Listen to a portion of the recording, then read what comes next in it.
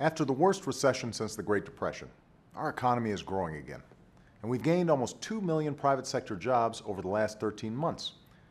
But I also know that a lot of folks aren't feeling as positive as some of those statistics might suggest. It's still too hard to find a job.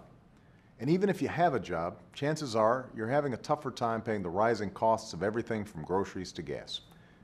In some places, gas is now more than $4 a gallon, meaning that you could be paying upwards of $50 or $60 to fill up your tank. Of course, while rising gas prices mean real pain for our families at the pump, they also mean bigger profits for oil companies. This week, the largest oil companies announced that they'd made more than $25 billion in the first few months of 2011, up about 30% from last year. Now, I don't have any problem with any company or industry being rewarded for their success. The incentive of healthy profits is what fuels entrepreneurialism and helps drive our economy forward. But I do have a problem with unwarranted taxpayer subsidies that we've been handing out to oil and gas companies to the tune of $4 billion a year. When oil companies are making huge profits already, and you're struggling at the pump, and we're scouring the federal budget for spending we can afford to do without, these tax giveaways aren't right.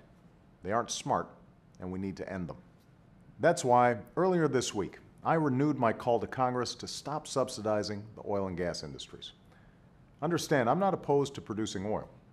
I believe that if we're serious about meeting our energy challenge, we need to operate on all cylinders. And that means pursuing a broad range of energy policies, including safe and responsible oil production here at home. In fact, last year, America's oil production reached its highest level since 2003.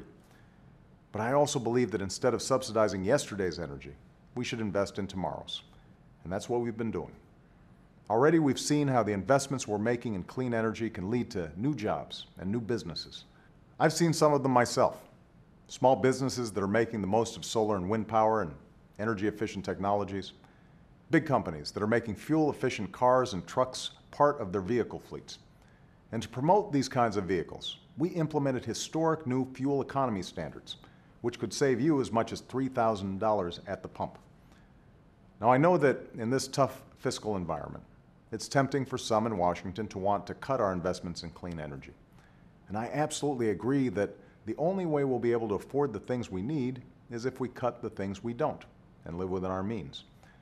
But I refuse to cut things like clean energy that will help America win the future by growing our economy and creating good-paying jobs, that will help make America more secure, and that will help clean up our planet in the process.